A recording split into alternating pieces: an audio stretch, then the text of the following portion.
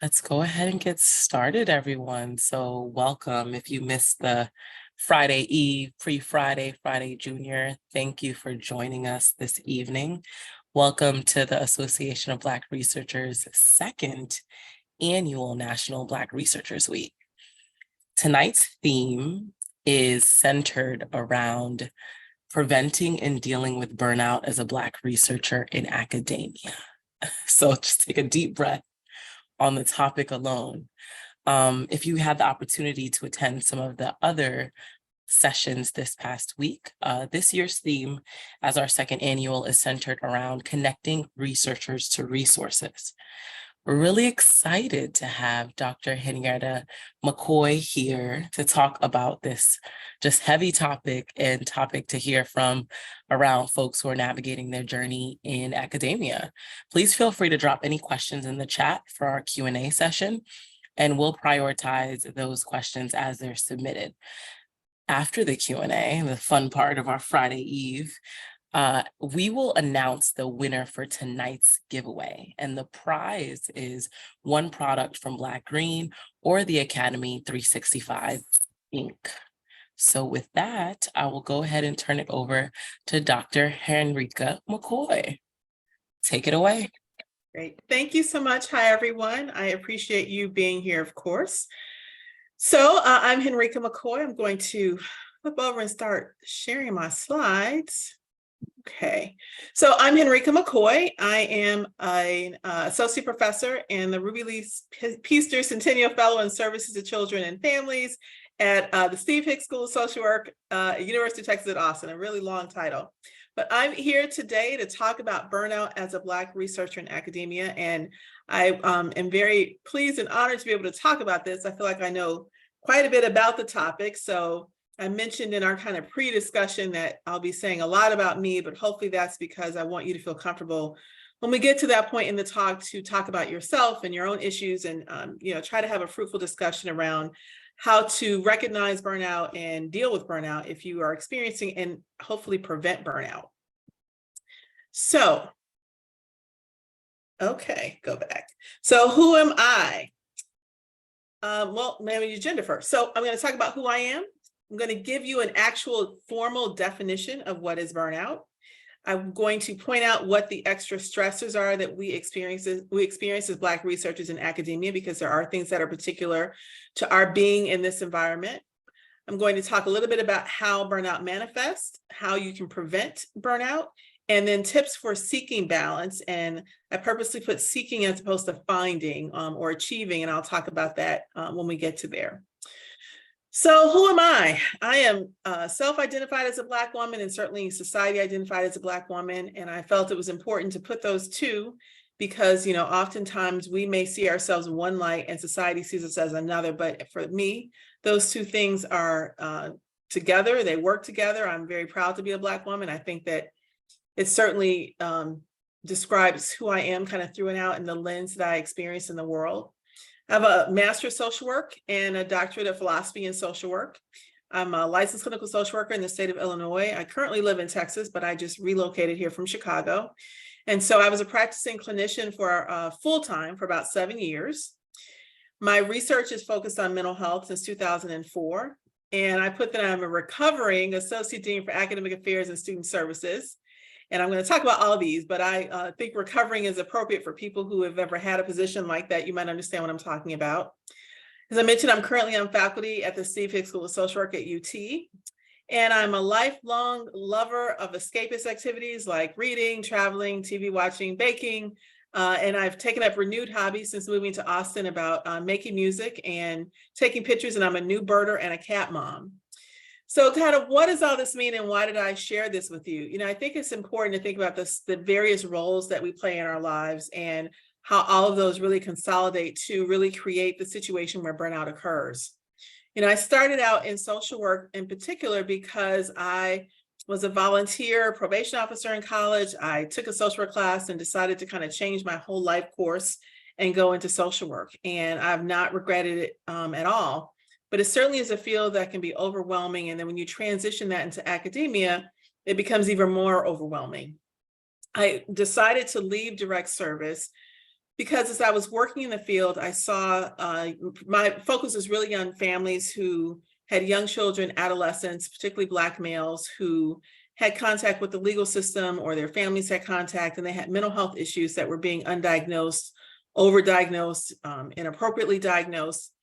And as I was looking around, I did not see that the literature that we were being referred to really reflected what I saw. I felt like young Black men were being diagnosed as oppositional defiant disorder, conduct disorder, and they seemed more depressed to me. So I decided to go back and get a PhD so that I could contribute to that body of literature and hopefully change the outcomes for young Black men and for other young Black people that were involved in that system. And that trajectory for me was at times positive and certainly at times not so positive. There were often times I was the only Black person in the room, certainly someone who was the only Black person who understood these particular issues. And all those things, as we know, become compounded over time. You kind of put them aside as you're moving through and trying to do your work. You know, as a clinician, there were often times I was the only Black clinician, even though we were often serving predominantly Black clients. And so once again, all those things became compounded. During COVID, you know, so many of us had our lives shifting. I was a full-time faculty member during COVID, and right before that was taking a sabbatical. And our associate dean, where I was currently employed at that time, retired, and we had a failed search. And I answered the call to be the interim associate dean for academic affairs and student services, and that lasted for 2 years. I basically sat in my house being an associate dean, managing COVID and lots of other things. The position had about 3 titles kind of stuck underneath that. And so all of that got compounded with everything else. And then along during that time, about a year into that, I became a caretaker for someone who was diagnosed with brain cancer. And so I was managing that job, managing the stress that we were all living through in COVID, managing, trying to just survive, and then ultimately transitioning to a new position. And that's how I ended up here in Austin. So I bring that up because I think that all of us manage so many things that we often hide and don't think about and don't acknowledge. And it's so important to do that as we begin to think about what burnout is, that we normalize so many things in our life. And it's important not to do that. It's important to parse them apart and see how they actually interact with each other and how they impact what our experiences are. And I ended talking about on this slide kind of what my escapist activities are, because those are the things that I turn to that I try to address with my burnout. And so at the end, you'll get a nice, pretty slide that kind of highlights some of those. And then as a cat mom, I don't have children, but I am the mom of 2 cats who keep me sane, who require me to feed them and take care of them. And that helps me kind of manage some of the issues related to burnout. So what is burnout? You know, it's a term that people often use that they don't think, I think, understand has actual real definition. And so the International Classification of Diseases, which is kind of the international DSM, if you know anything about mental health, actually does have a definition of burnout included. And they consider it to be 3 dimensions. One is a feeling of energy depletion or exhaustion. Another is increased mental distance from your job, or feelings of negativism, of cynicism related to your job. And the third is reduced professional efficacy. And it's important to understand that it's more than just exhaustion. I think all of us feel exhaustion and we kind of pull ourselves together and we keep going. But sometimes we don't recognize that it's not just exhaustion, that it's burnout. And we categorize these other experiences that we have, we separate them out. So we may feel like we're just tired today, but somehow we're not connecting that being tired also to the negative feelings that we're having about work, or the challenges that we're having with our coworkers, or not wanting to engage in the work that you love so much because you're feeling overwhelmed by it. And so all of those things together really reflect burnout. And so I think it's really important to begin to not separate them, but to think about how they work together. So there are extra stressors for Black researchers in academia. I have here to the left side of you a few articles that I've published over the years, actually most during COVID, that really reflected, I think, as society, the stressors that we experience at a particular. I'm just going to highlight really the one at the top left, which is the first one, called The Life of a Black Academic Tired and Terrorized. And I wrote that, it was an op-ed. And just as COVID was starting, I was finishing up an op-ed training program for about a year. And this kind of just poured out of me. It was right after George Floyd was murdered. We were all sitting at home during COVID, and I really began to feel overwhelmed, and I thought it was just me. And I decided to write this op-ed about what I was experiencing. And it turned out it wasn't just me. I got lots of people who were emailing me saying, oh my gosh, that's exactly how I feel. I thought it was just me. And that was a real message for me that we need to do a better job of communicating with each other. And that's why I think this particular topic, this opportunity, this week-long opportunity for Association of Black Researchers is a chance to do that, because we're often isolated in our own environments. So those extra stressors we know include structural and systemic racism. We know racism exists, even though people try to tell us that it doesn't. We know that racism exists because people enact their prejudicial beliefs into behaviors that prevent and interrupt our ability to move forward and have the successes that we would otherwise have. These everyday societal happenings, it was interesting to try to figure out a phrase to capture what I think we all see every day on TV, what we experience when we walk out of our homes, when we go to the office, when we go to the grocery store. But when we walk out of our homes, we're often having to be really immersed in armor. And those are things that if you are not Black, you don't have to experience. Often what happens for Black researchers in academia, we have to take that armor to our office and deal with students and colleagues and higher education administration, et cetera. We have this unwanted and unrewarded labor. And I can't imagine that there's anyone who's on this who doesn't know what I'm talking about. You know, some of that's unrewarded labor that we take on because we feel an obligation, because we feel committed, because we care about our community. So it may be that we're being a mentor, it may be that we're representing someone on a committee. But oftentimes we find ourselves in those positions because we're the only one and they want to fill their quota. Maybe they want our opinion, but sometimes it's also just to make sure that they can check the box. What happens is that we also then get not acknowledged as having expertise that we're contributing in that way. They see it as a diversity piece perhaps, or particular information, but not recognizing the trauma that we may have experienced to be able to contribute.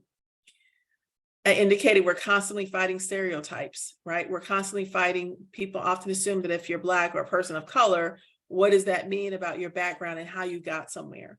And that can be really exhausting. Sometimes you might decide to just not fight the stereotype for the day, but when you don't do that, that becomes a burden that we carry. We can be challenged by colleagues and students. I mean, I can think of the number of times I've had to correct someone. I've been in a room where the white faculty member gets called doctor and I get called by my first name. Or, you know, I've had to tell a student repeatedly, no, you don't get to call me by my first name. And so that's something we experience that other people often do not have to experience. Dismissal of our work is legitimate. This is something that I experience quite often. I mentioned earlier that my work focuses on young Black men who have contact with the legal system, particularly who have mental health issues.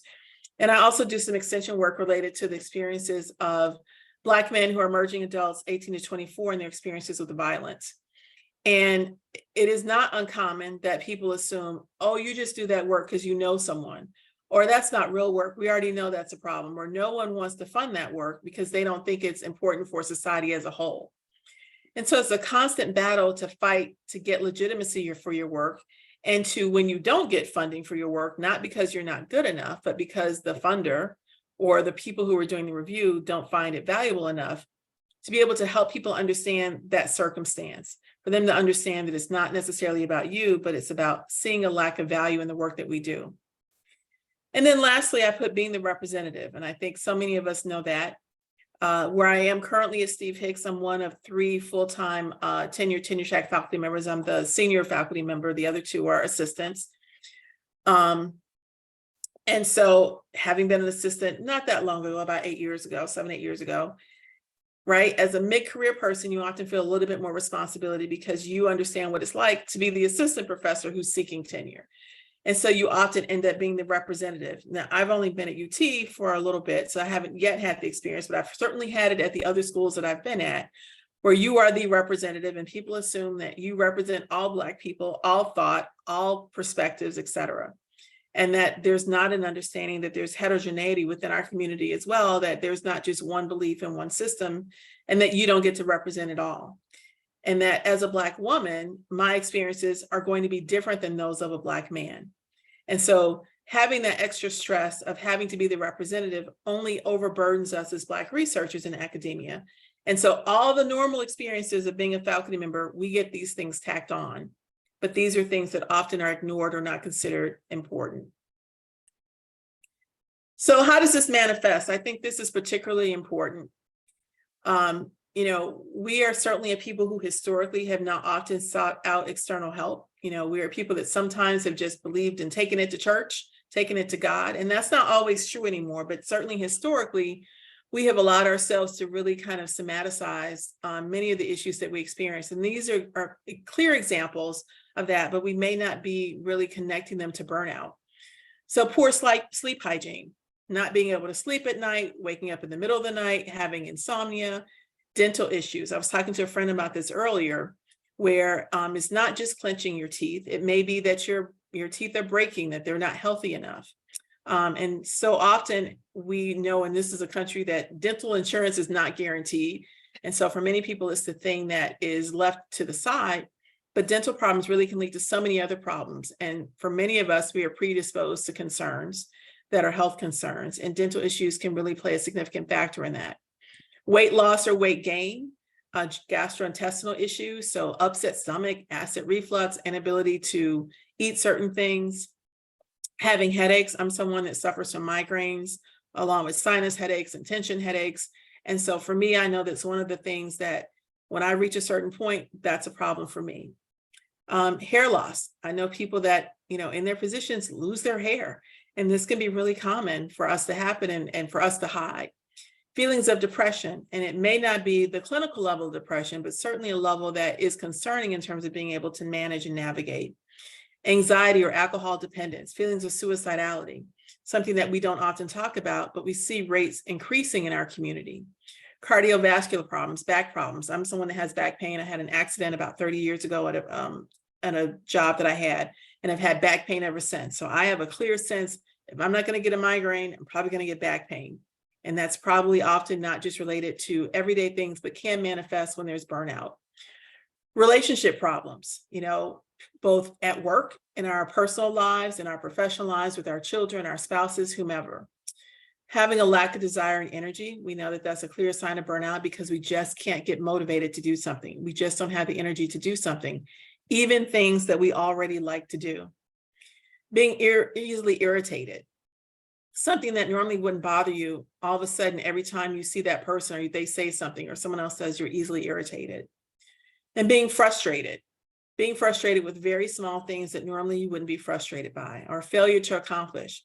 For a long time, you've been able to do a certain thing, and then all of a sudden you can't do it anymore, no matter how many times you try. And then being cynical, just no longer believing that there's opportunity for you to accomplish something or be successful at something. So how do we prevent these things? This was an interesting list to kind of put together.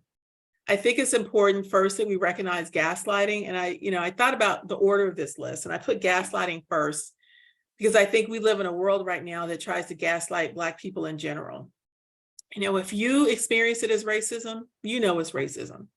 And don't allow anyone to tell you that it's not. And I think increasingly we see that as we see a world that's trying to pretend like things didn't happen in history.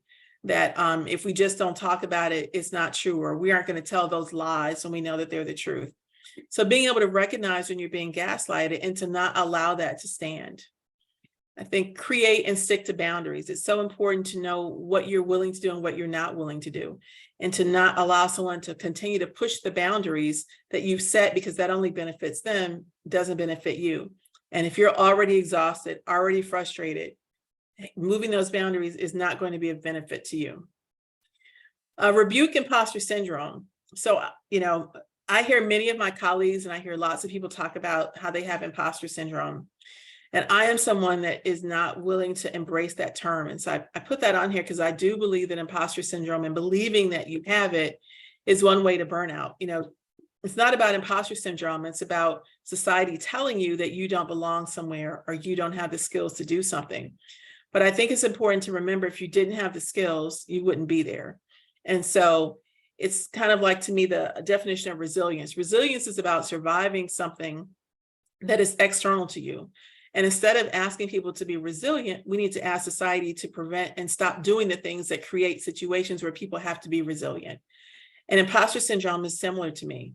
It shouldn't be about you believing that you don't belong somewhere and questioning that. It's about taking away those structural factors that require people to believe that they don't belong somewhere. So I say rebuke imposter syndrome, because if you don't, what happens is you add that on to all the other things that you're experiencing that can cause you to feel like you're failing, even when you're not failing, or even when you have maybe failed, but not because of you. Reduce feelings of guilt. I think all of us feel guilty when we say no. Many of us do this work because we feel like we have a responsibility, not only to ourselves, but to the communities that we work with, or those who are around us, or people in our families, in our communities. And we feel guilty, but it's important to reduce and, if possible, eliminate those feelings of guilt.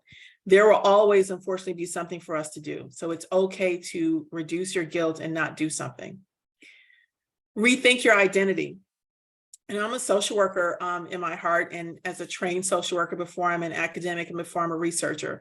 And it's interesting to me because I think I really do view the world as a social worker, but I'm also an academic. And I think so many academics see the world through an academic lens only. And I think this often comes out when we see our colleagues who work until they're 80, work until they're 90, because their whole identity is wrapped up in being an academic.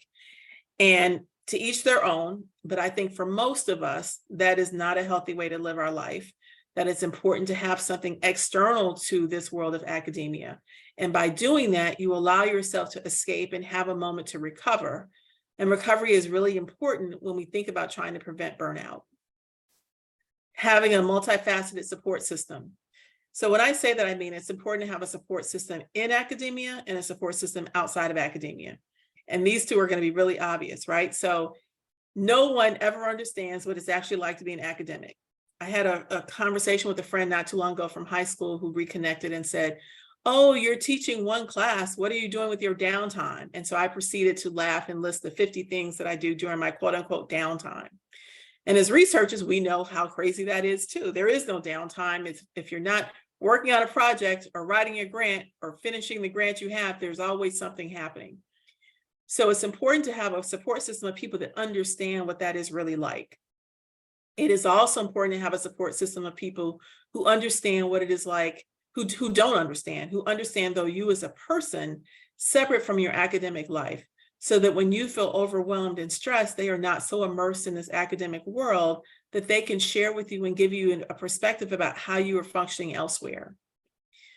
Find your mantra. So a friend of mine said, "Well, what do you mean? What's your mantra?" And I said, I actually don't know. I don't know if I have a mantra. Right now, my mantra is probably just kind of find and seek and achieve peace, because that's what I'm looking for.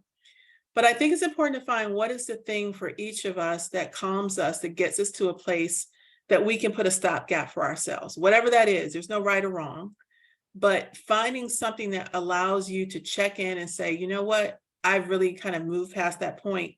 This is what I need to tell myself to be able to kind of do a U-turn and head back to a healthier place. Part of that is having self-compassion. So forgiving yourself, thinking about yourself, being kind to yourself, saying no when it's important. Most of us have a hard time saying no. Sometimes we don't say no because we are concerned about the consequences to our career. Sometimes we don't say no because we feel such a responsibility. But at some point we have to say no in order to move forward. And then finally, trust your gut. You know, we have our gut for a reason. And so it's one thing I was talking to a friend about this when I was showing her the slide. She said, "Well, that's different, right, than trust what you think," which is absolutely true, because we know that we can think things that aren't true and aren't helpful, like I'm an imposter. But your gut, your instinct is something that we should always try to follow. So if your gut is telling you, you know, don't say no, this doesn't feel right, or this might not be the right thing to do, or this is the right thing to do, I think it's important to trust your gut. So what are some tips for seeking balance? So I just put this little collage here. Some of these are things I do. Some are things that maybe one day I'll do. Up in the corner to the right, I have the book Rest is Resistance, a manifesto. So I've not completed this book, but I have been reading, and I know a friend who loves it. So I am recommending it, letting you to know that I've not read it. But what was key to me is that rest is important. And, you know, part of the theme is that is resistance, that we live in this capitalist world that is designed to not allow us to rest. And I'm a big believer in rest. My mother says I slept through the night as a baby, and I believe it because I like sleep. And so it may not be sleep, but certainly rest is important. These are other things I think that just symbolize what it can be, you know, becoming unbusy. I'm not always one for those kind of cheeky 1 or 2 liners, but this is one that I follow on Facebook that I really like, because some of them do kind of resonate with me. Thinking about how do you become unbusy and just be at peace and be with yourself. And it's okay to do that. The Calm app represents, if people have ever used it, or apps that are similar to it, provides you ways to do meditation or to listen to sleep stories or to just take a few minutes at work to just step aside for a second. And so finding some way to find something that makes you take a step away and give yourself permission to just be for a second. The flowers represent, if you're someone who's into gardening or whatever, something that kind of connects you to the earth. I mentioned that I moved to Austin recently, and I've never been really an outdoorsy person, but Austin is full of outdoor activities. And so I've come to appreciate a little bit more about kind of just connecting with the outside world. St. Peter's in New Orleans, and the other pictures in Florida and the US Open. I like to travel. So if you're someone that likes to travel, giving yourself permission to do that. I love sports. Tennis is one of the sports that I love. And a few years ago, I treated myself for the first time to the US Open. I had the best time of my life. It was something I'd always wanted to do and not done. And I came back from that experience at such a different place psychologically and emotionally. Figuring out what that is and giving yourself permission to do that is okay. And then finally, I mentioned I was going to say a little bit more about myself at the end. So this slide is just a collage of kind of how I try to find balance and seek balance.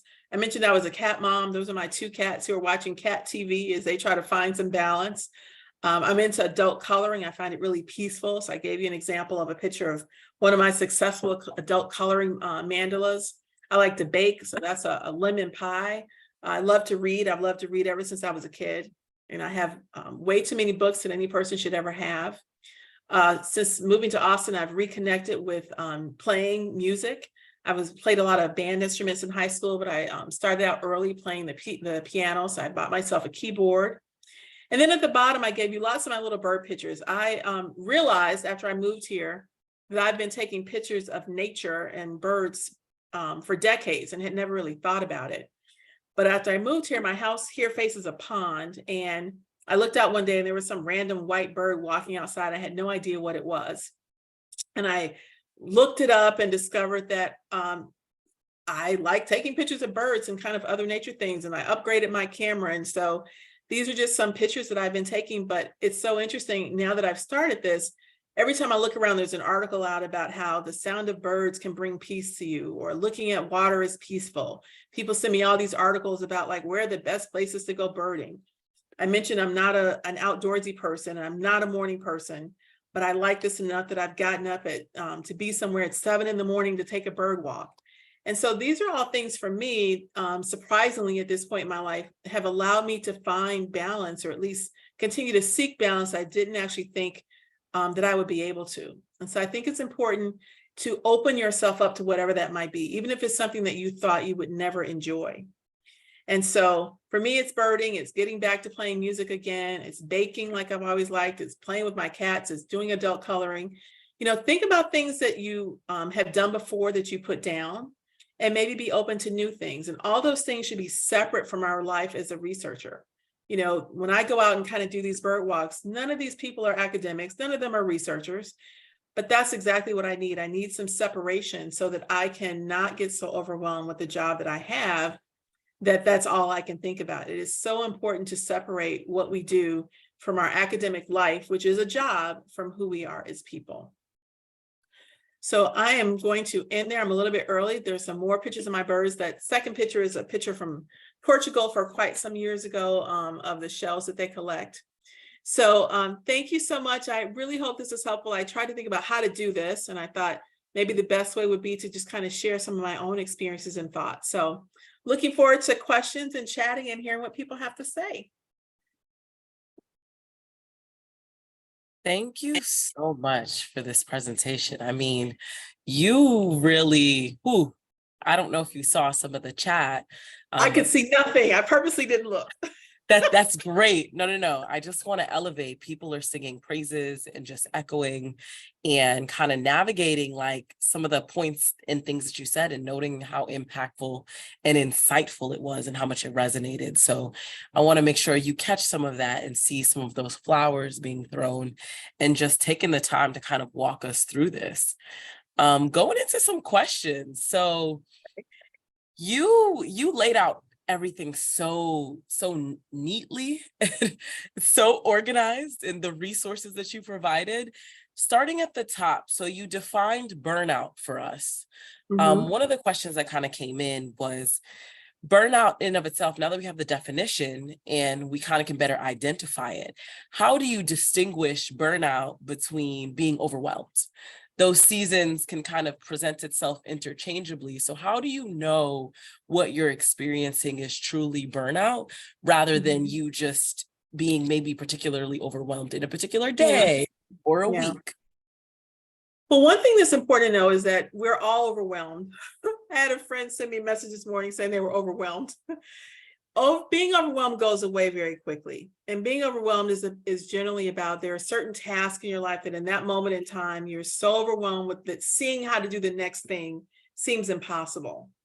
But space away, a few hours away, even a few days away, you're able to kind of regroup and figure out how to do that. But it doesn't really filter over into how you interact with other people, right? So part of this was you're frustrated with people, you may be more irritable, you can't find yourself to be motivated, and that just continues. So it may feel the same, but it's not. But burnout, you just can't get over being burned out. Once you're burned out, you're just kind of done, you're spent.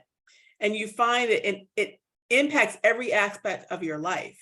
When you're overwhelmed, it's often targeted at one particular thing. I'll give kind of an example. So I mentioned I just moved to Austin, but I have a house somewhere else that I bought as a student. The market tanked. I got stuck with this house. I've been a landlord. I finally have some equity, but I've kept it. I have great tenants. All of a sudden, 2 weeks ago, I get a call from a plumber saying, "You have a serious problem." I'm like, oh my God, what is happening now? I was completely overwhelmed with the idea of, you've got to be kidding me.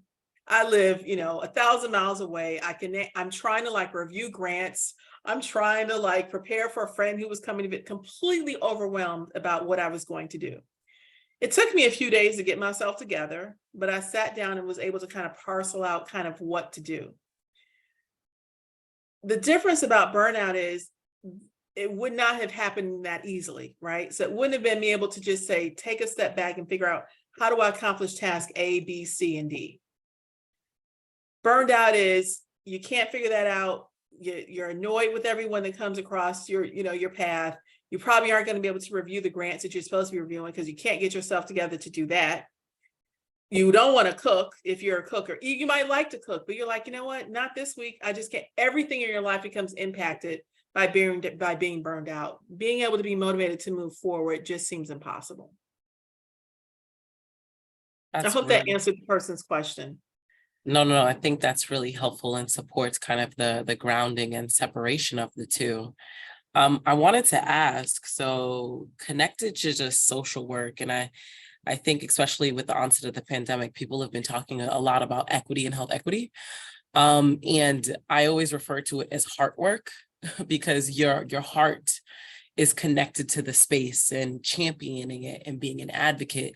And sometimes that can be exhausting with navigating systems change and academia being a system. And Yeah. so it's what, you know, when we talk about balance, and you talked a little bit about balance, how do you stay committed and connected to the hard work of, Yeah. social work and equity and championing those spaces and avoid burnout? So this is interesting. So, and I will preface this by saying I recognize that I'm in a different place in my career than other people that might be on this call. And so I recognize that as a luxury and a privilege. And hopefully I try to use that to help other people. So I mentioned the Tired and Terrorized article, but I also at the same time was serving as an editor on a journal. And the editor, I was, like a co-editor, the editor reached out and said, would you write an invited article for us, an op-ed? And I was like, okay. She wanted me to write about my work. She knew I had this NIJ study that looked at young Black men experiencing violence. Now, this literally was happening around that same time. George Floyd had been murdered. We're sitting at home watching TV. I have this new job as associate dean, managing students and field placements. And because I was also director of the MSW program, trying to, can they go to field placements wearing a mask? Because the agent, all this stuff, right? Completely bunch of stuff. And she wanted me to write this article. And I normally would have been thrilled, right? Somebody actually is interested in hearing about young Black men, 18 to 24, experiencing violence, this population that experiences the most, but there's the least about. And I started to write, and that is not what came out of me at all. Instead, I wrote a different article, and then I was afraid she wouldn't want it. And I sent it to a friend who reads everything. She's like, "This is amazing. You need to send it to her." I'm like, "This is not what she asked for." So I sent it to her, and she said, "Nope, keep writing. I love it." And it was called Black Lives Matter: The Parallelism of the 20th. Black Lives Matter, and Yes, You're Racist: The Parallelism of the 20th and 21st Centuries. And what I did was write an article about how we were experiencing in the first few years of basically, this decade, what we experienced over almost 100 years in the last century as Black people, and how we were supposed to, however, be experienced and just move forward and whatever. And how even for me, I could not write that article. I could not write about Black men experiencing violence when I was literally watching it on my TV every single day. There was just no way. And I give that example because I ended up giving myself permission to not do one thing, but to do something that was more therapeutic for me. And the therapeutic for me was to write the Tired and Terrorized article. It was to write that article. On the slide had another picture of an article I wrote about what do you call a Black woman and education, education trumps racism. Those things are therapeutic for me. I was fortunate that there were outlets that were interested.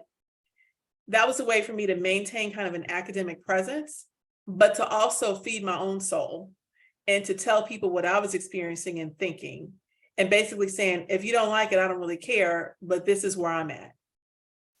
So, but I also recognize, as I said at the beginning, that I'm in a space that I'm able to do that because of, I have tenure, I have an endowed position, I'm in a different place. 10 years ago, I probably wouldn't have, but I took that opportunity to do that. Other people may be able to do that in a different way. Maybe it's on a podcast, maybe it's in a blog, maybe it's somewhere else, but to give yourself permission to take care of yourself, even if you're doing academic work, because if not, you can't do the next thing. There's no way you can be productive if you aren't taking care of yourself. That's really great. And it kind of made me think of, you talked about the difference in where people are, and sometimes saying no is hard. Especially early on for folks in their career and wanting to say yes to everything and every opportunity that may pop up. So how, would you recommend, especially noting maybe different folks at different points in their career So I'll say it's hard as a mid-career person too. I have to say, I actually think being mid-career, quite frankly, is the hardest of the three. And I know people that are assistants don't believe that, but wait till you become an associate, because you really are literally caught in the middle. Because once you hit associate, everybody is like, they stop protecting you and they really want to give you stuff. And the fools who just don't want to do anything have the right to just say no. And so there you are stuck in the middle, right? So how do you protect your boundaries then? Well, and so a few things. So some of them are very tangible. I remember when it came time for my 30-year review, I used to do all these article, manuscript reviews. I didn't know. I thought that's what you should do. And I was fortunate that my 3rd-year committee said, don't do that. Review the ones that are going to be helpful for you. Look at the title. And if the research is going to help give you more research for your work, those are the ones you review.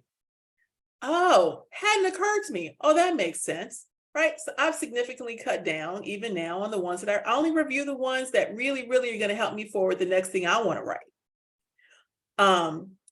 Committees, right? We're always stuck on committees. Partly what has helped me is trying to have a mentor, but not just in my school, but somewhere else. I think that's really important. And ideally someone who's Black, who can help give you the words on how to say no. Because sometimes you want to say no and you say, not right now. Other times you purposely say no because you really do mean no. You have to have someone help you figure out what should you say no to and what should you not. Some things you really shouldn't say no to. I had a conversation with someone about giving presentations about something, and they said, well, I'm not giving a presentation unless they pay me $800. I was like, oh, well, okay. That's not very smart in my opinion. Some things you do for free. And I explained to the person, I said, of course, we all want to be compensated. We all want people to recognize our value, but sometimes you do things because it's important for the next thing. It's the same with no. Sometimes you don't say no because it's important for the next thing. But if it's not going to get you forward, you say no. And you couch it as, I really appreciate that you think I have so much to offer, but this isn't really a good time because I'm really working on this other thing. Or, unfortunately, you got me in the wrong time. I just committed to X, Y, and Z. blame someone else, right? I love that idea, but I was meeting with my mentor last week and they said to me, I probably should start saying no to a few things right now. And unfortunately, this is the time. There are lots of creative ways. Blame somebody else. They're not going to go ask your mentor, or, it seems like that would be a good idea, but I know when I met with the dean, she indicated I should really stick with 3 things. And I'm already at 4. And so I don't think that would be really the right thing to do. I want to make sure I really follow her guidance or his guidance. Ultimately, they are the people who are going to move me forward. Blame other people. Nobody cares. Find a way, though, that makes it comfortable that you're not burning a bridge. And if you need help, ask someone else. I have a friend, we read everything. We read emails, we read papers, we look at slides, we look at assignments for class, whatever it is. She's the sounding board that I use because I know she'll give me good advice. Try to find that person.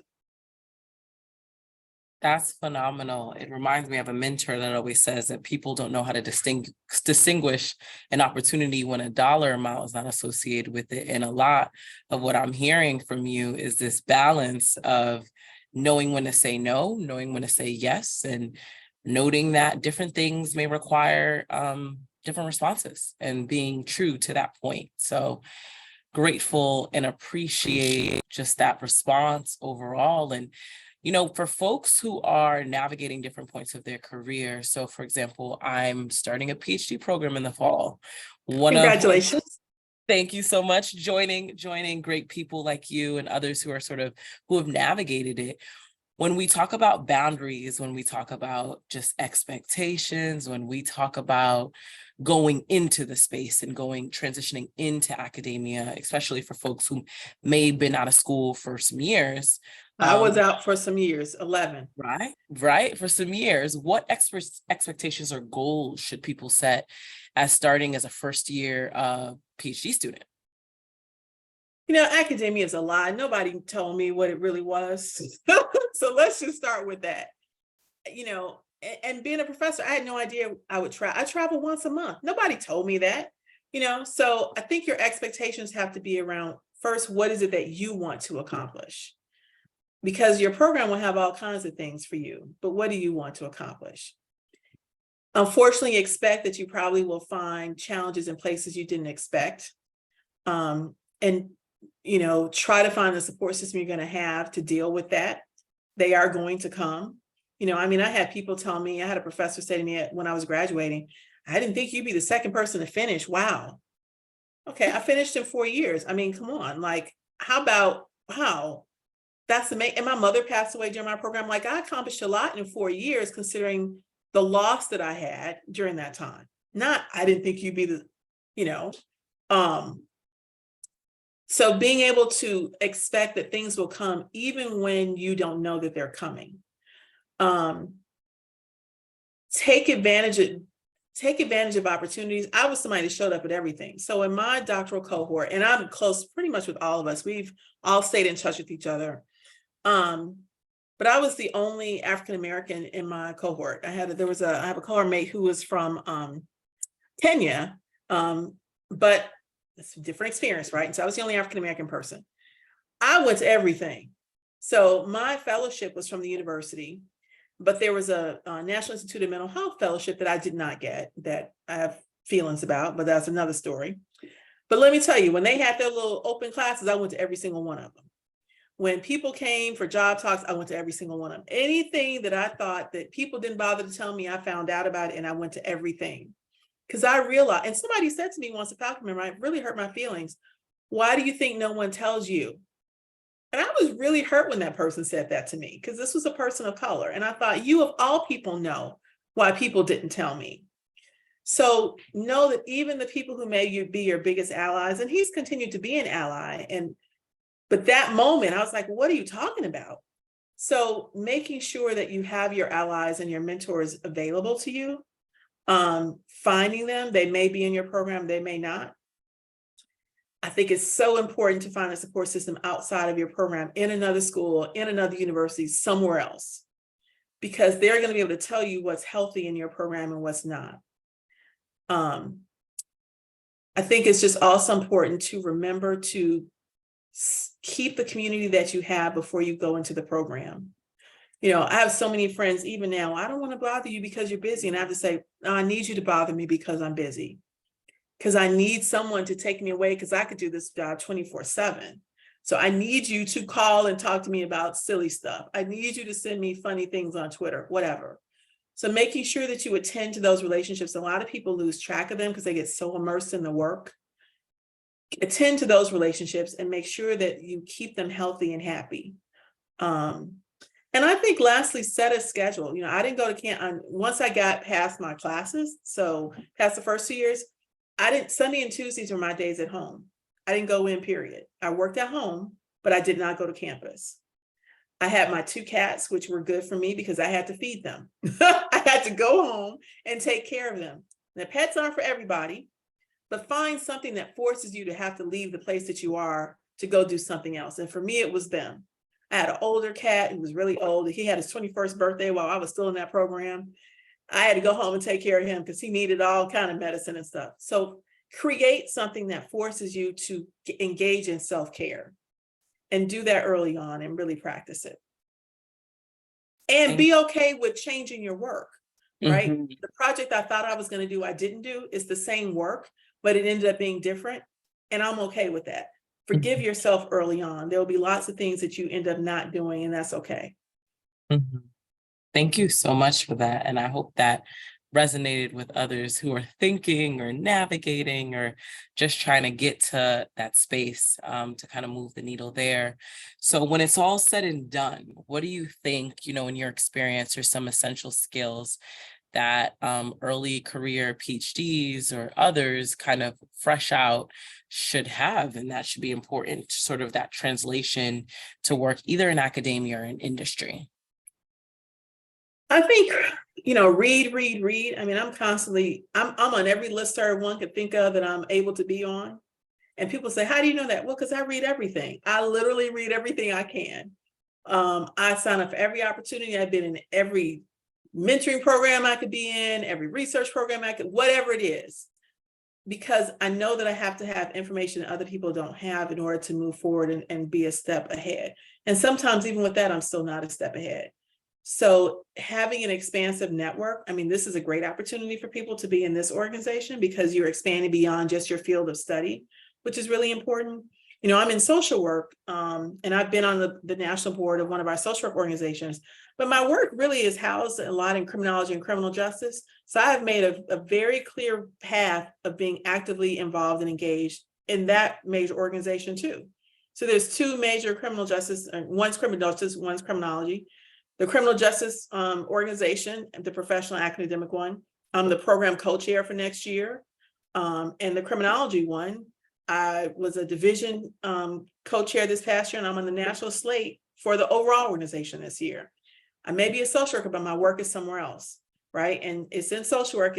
So I was on the national board of the Society of Social Work, right? So be expansive beyond your work so that you have a broader network of people that look out for you. So many of the opportunities that come to me are not just social work. Many of them that come to me are for criminology and criminal justice. And then I may have social people saying, well, how did you do that? Well, because I read everything and I sign up for everything. I'm not limited to just one thing. So make sure your circle is broad. I had Robert Wood Johnson funding early on. Robert Wood Johnson was not really funding social work. They fund public health, but I tweaked my little work till I got some funding from them. Make sure you have a broad and expansive role. And so now I have colleagues in psychology and political science and all these other arenas. Do that because that is going to be the thing that gets to move you forward. That's such a great response. And it kind of so many buzzers going on in my head because you talked a lot about social work and this connection with criminology and criminal justice. Can you speak a little bit to sort of 2 questions here? So number one, for folks entering social work and are navigating to figure out what they want to do, clinician or other areas, are there any resources that you would speak to for early level researchers? And then the second part of that is multidisciplinary research. So how do folks navigate that to sort of see some of those connections and see other opportunities in areas where they can sort of create bridges? Yeah, well, I think in terms of resources, some are just kind of the basic, obvious ones, like getting on like SWRNet, which is like the social work listserv that comes out of Boston University that tells you all the jobs and postdocs and, well, it's not jobs, but it's postdocs and funding opportunities and new articles and things like that. I think that's the clear one to do. Being actively involved in the two major organizations, CSWE, which leans more towards education, and SWIRD, which leans a little bit more towards research. And I know that can be challenging for people because they both have reputations for kind of who they draw. And because CSWE draws more kind of educationally focused programs and SWIRD the more researchy ones, don't let that limit you, because if you're in an academic institution, you're still doing education. And even if you're in a teaching institution, you're probably still doing some research. Now, you may not have the same research responsibilities, but you're still doing research. So don't fall into that kind of perception that, oh, well, because I'm at this school, I shouldn't go to that. That's just narrative crap. Get involved in everything, because people are crossing both boundaries. I think just in terms of, other resources, I read people's CVs and stuff all the time. Get on, find some people, if you see an article, look them up and email them. Most of us want to talk about our stuff. We're like excited that somebody actually cares, because half the time it's just us writing about our own interests. So don't be afraid. Only one time have I ever emailed someone who wasn't open and willing to share. People are always willing to talk about something and provide you access. And even if they can't, they'll say, I can't, but here's someone you can talk to. So don't, I'm by nature an introvert, but I have learned that in this world, it's okay, because most people are nerds and introverts and everything else anyway. They're just excited to have someone interested. So kind of get rid of that barrier. I was going to remember the second question. I already forgot it. What was the second question?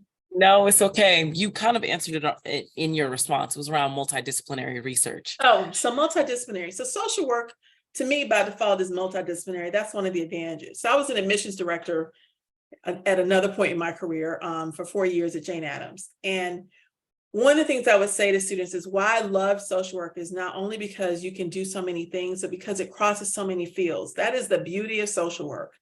And so it's pretty hard to say you are just doing social work, because you're doing social work with some population or some system, be it gerontology, criminal justice, education, something. So make your public health, whatever it is. So just make sure you have a foot in that world too. The best thing about social work is that we are not wedded to just one perspective, and not that other fields are, but they aren't purposely multidisciplinary. Social work really has no choice but to be multidisciplinary, because we're often in host institutions if we're practitioners. I think the question of, do you become a clinician? Do you become a researcher? Do you become an academic? Go with what you want to do. I was a clinician for, full-time for 7 years. And I was one of those that always had 3 jobs because I was making social work money.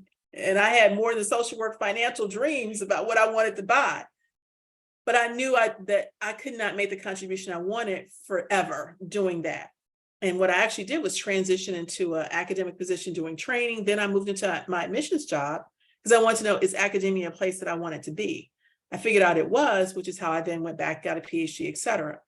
But the beauty about social work is you can do all of it. In my associate dean job, part of what I did was hire adjuncts. The best thing about, hiring adjuncts is that those are people that are still in the field. That's who you want training students. I mean, I was a clinician and I can talk about clinical work, but I probably shouldn't be the person teaching students how to do certain things, because although life's problems haven't changed, the world has changed. So you can be a clinician and still teach if that's something you want to do. You can be a clinician and still do research and be on someone's project if that's what you want to do. And you can be a researcher or work in a think tank and have a private practice on the side. So you don't have to pick and choose, just figure out which one you want to devote the most time to. And everybody I know has some kind of other gig. Nobody's just doing just one thing. It's just figuring out what the other gig is.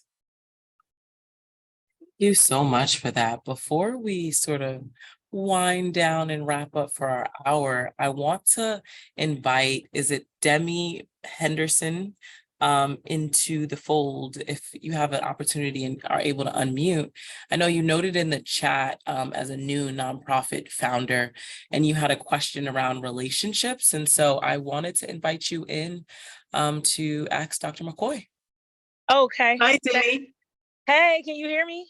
Absolutely. Yes, we can hear you. Get to the camera. Can you hear me? Yep. Yes, we can hear you. All right. I want to thank y'all so much for having me. First of all, thank you for the invite. This is very insightful. Everything you were talking about, I know firsthand because I'm a mom first. well, human first. Then I'm a worker, then I'm a mom, and I'm everything else. So I appreciate you for sharing your opinion on what you do and how you deal with overload. In which I said something about spending time in nature, and mine's was spending time in nature and knowing when to say no, because I've always been a yes girl. So I've had to learn to say no and stand on that without the fear of someone rejecting me later. But this is my question, because I went up to Morehouse, I believe it was last week, and it was a bunch of researchers, right? But I just wanted to know, like, and maybe I should have Googled this, so forgive me for not, reading is essential. But what is the relationship between researchers? Because I believe that you guys research ways to help people that are suffering with mental health issues or in poverty or, dealing with different socioeconomic issues. What is the relationship between researchers and organizations? And like, how do we work together to meet a common goal? That's my question. Yeah, it's really interesting. I think it depends on the researcher, the organization, and the issue. So, in the perspective, I mean, I got into academia because I'm Black. I lived in a Black neighborhood. I was working with Black kids, and I saw issues that I wanted addressed. And so I took it from that perspective. But the fact is, that's not how most people address these issues. So they take it, I think, from more of an academic perspective without really engaging. We talk about now the buzzwords are community engaged research, community-based research. I feel like I've been community engaged my whole life because I live in the neighborhood of the work that I was trying to do.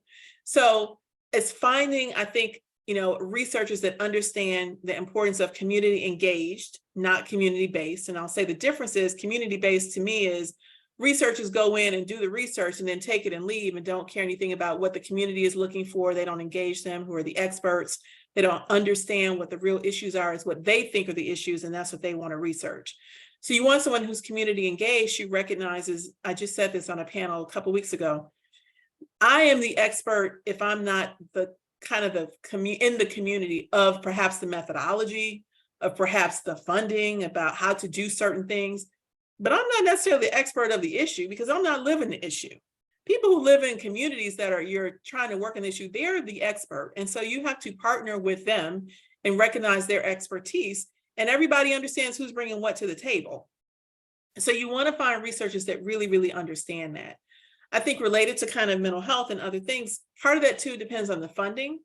So I mentioned a lot of my work is criminal justice and criminology, and there's a new director of the National Institute of Justice, Nancy Lavine, and her background, she's got a master's degree from LBJ here, which is in public policy, and her PhD is in criminology. And one of the things, she's been on this whole kind of bandwagon since she took over, and I've been on 3 panels with her since December about inclusive research and what that means, and trying to tear down the historical way that criminologists, at least funded by NIJ, have done research, and trying to make sure it is conclusive and that the people who are important, who are community people, are at the table, leading and partnering and doing the work. And so one of the ways that she's tried to visualize this is about this year, all of the solicitations that have come out have required researchers to partner with community-based agencies. And they don't just get a trickle of the money, they need to get a lot of the money to do the work. It can't just be, well, we consulted them after we wrote the project and we go that. It has to be that they're an integral part of the work from the beginning. And so you want to find, even if it's not them, people who are leading agencies who want to do that, and researchers who understand what their role actually should be. I'll say, unfortunately, I think it might be hard to find, but I don't think it's going to be as hard to find as it used to be. That was a long answer, but did I answer your question? Thank you for that response, Dr. McCoy, and Demi. Thank Yes, you. thank you so much. And I appreciate you for letting me ask that question. Yeah, and if you, I mean, I'll put my email is at the end of the slides, but you or anyone else is welcome to email me. And if I know people in the area, wherever you are, I'm always happy to kind of connect people and say, hey, this person's interested. Can you talk to them or connect them to somebody in your area? Because the one thing about social work and academia, especially if you're Black, we all know each other by somebody. It's not that hard. So Thank you. Thank you so much. So I know we're just at time, but I wanted to ask you before we turn it over to Leonore for the giveaway, in 3 sentences or less, what is the biggest takeaway that you want us to walk away with? Yeah, I think be forgiving of yourself. be willing to say no, and take the time to rest when you need it. Thank you so much for all of the gems that you dropped. We picked them up and we are grateful. And I think you gave us a lot to chew on. So thank you for the time today. And thank you to the attendees. So I can turn it over to Leonore for our giveaway. And thank you for having me. I really appreciate it. This was so good. Thank you so much, Dr. McCoy. This is just something we all need to have at the beginning of our careers so we don't get to the burnout phase. Because if I had this back in 2006, let me tell you, my career